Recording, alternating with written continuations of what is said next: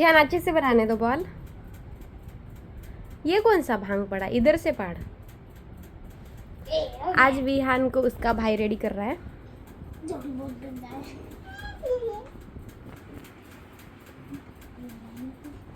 बुबू को देखो, बुबू बॉल बनाने दो तो हीरो दिखेगा ना बाद में।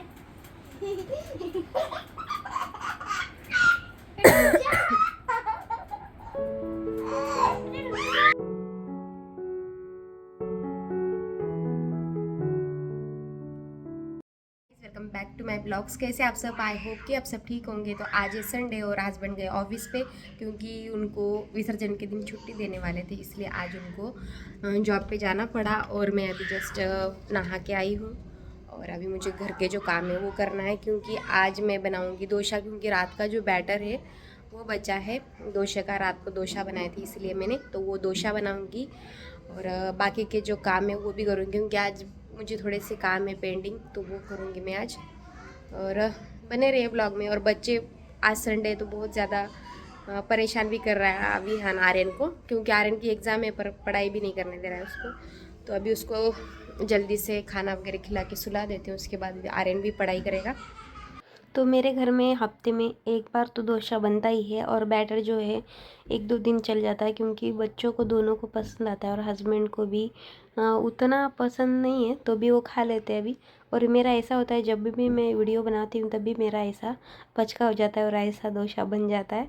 तो यहाँ मैंने डोसा बनाया था और फिर सांभर भी थोड़ी बार जो वेजेस थी उससे ही बना लिया था मैंने, और इस पर थोड़ा सा चावल लगा दिया था, क्योंकि जिसको डोसा नहीं खाना वो चावल खा सकता है।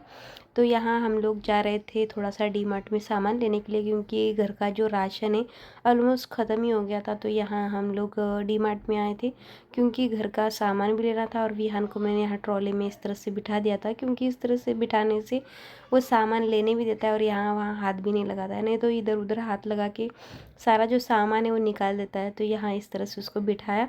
और मुझे कुछ घर के लिए ऑर्गेनाइज़र भी थोड़े लेने थे, और बॉटल्स वगैरह जो नई वाली, पुराने वाले मैंने सब बॉटल्स निकाल के रख दिए, क्योंकि हर बार अभी 1 साल में एक बार तो हम बॉटल निकाल ही देते हैं। और नए जो लेना है बॉटल्स वो लिए मैंने यहाँ। और कुछ अच्छे अच्छे कंटेनर्स थे जो कि वाटर बैग और बच्चों के कुछ खिलौने, तो वो लिए थोड़े से मैंने। और विहानों को यहाँ ज़ाइलाफोन दिया था, क्योंकि खेल रहा था और उसको ये चाहिए ही था, तो ये फिर उसको खेलने के लिए दिया मैंने थोड़ी देर। पर ये लेना नहीं था मुझे, क्योंकि उसका ऐसा है कि थोड़ा भी गुस्सा वगैरह आया तो फेंक देता है सब चीज़ें। तो उसने थोड़ी देर खेला, फिर मैंने वो सब रख दिया वापस से। और यहाँ कुछ ग्रोसरी की सारी शॉपिंग जो है हमारी हो गई थी, और ज़्यादा तो कुछ शूट किया नहीं मैंने। और हस्बैंड बाइक पे आए, मैं ऑटो में आई, क्योंकि सामान इतना ज़्यादा हो गया था। बस एक थैली ले जाने का चल रहा था, पर 2-3 थैली भी कम गिर गए हम लोगों का, क्योंकि डी मार्ट में ऐसे ही होता है। पता नहीं, हम 1-2 चीज़ें लेने जाते और इतना सारा सामान लेके ही आते। फिर रात को थोड़ा लेट हो गया था, 9 कुछ बज गए थे, और मुझे खाना बनाने का भी मतलब कंटाला भी आ रहा था, और कुछ बनाए तो भी 10 बज जाते।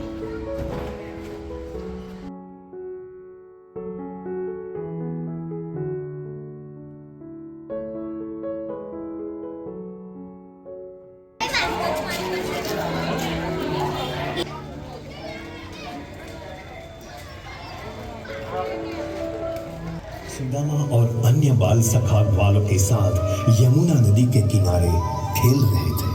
खेलते खेलते भगवान श्री कृष्ण से गेंद यमुना नदी में जा गिरी। तब सुदामा बोले, देख कान्हा, यह गेंद तुमने पानी में फेंकी है, इसलिए तुम्हें ही गेंद को यमुना नदी से वापस लाना होगा। ठीक है मित्रों, मैं अब यमुना से गेंद लेकर ही वापस आऊंगा। ऐसा कहकर श्री और दौड़े दौड़े गांव में जाकर यशोदा मैया, नंद बाबा और अन्य गांव वासियों को यमुना के किनारे लेकर आए। गेंद भी पानी में ऐसी जगह गिरी थी जहां कालिया नाम के भयंकर विषधर सांप का निवास था। सभी मिलकर कान्हा के कुशल मंगल के लिए प्रार्थना करने लगे। श्री कृष्ण के छलांग लगाने की वजह से कालिया की शांति भंग हो गई और उसने अचानक ही भगवान श्री कृष्ण से युद्ध छेड़ दिया।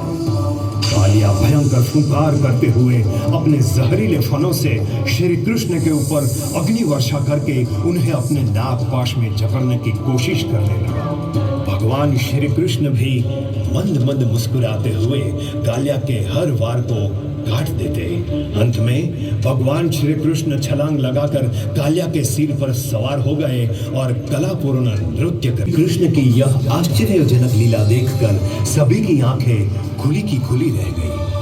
भगवान श्री कृष्ण के नृत्य से बार बार चोट खाने के कारण कालिया घायल हो गया और मृत्यु की कगार पर आ खड़ा हुआ।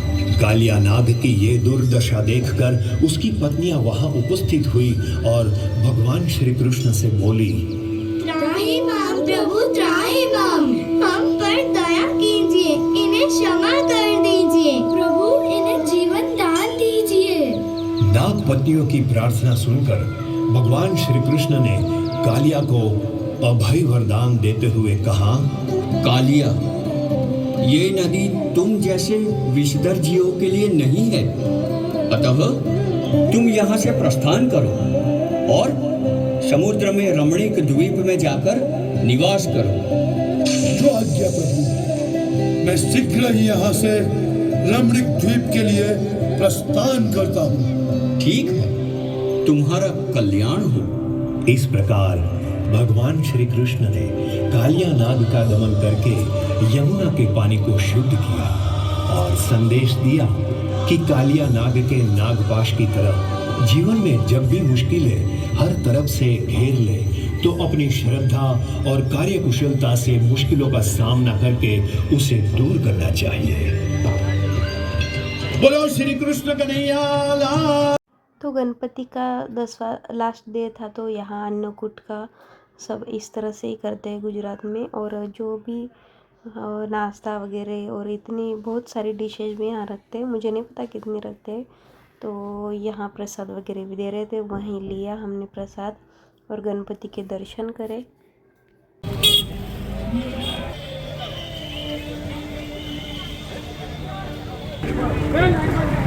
तो अभी हम आए इच्छा पूर्ति गणपति देखने के लिए और भीड़ है यहाँ। नंबर लगेगा कि नहीं पता नहीं, ऐसे लग रहा है।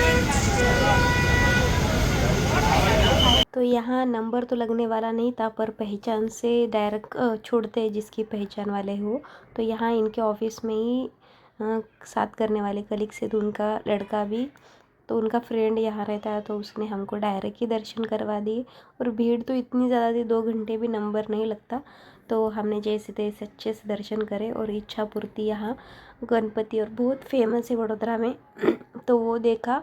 और यहाँ चिट्ठी वगैरह भी आप लिख के रख सकते हैं, तो आपकी जो इच्छा है वो ऐसे बोलते कि पूरी होगी, तो आप चिट्ठी वगैरह लिख के रख सकते हैं।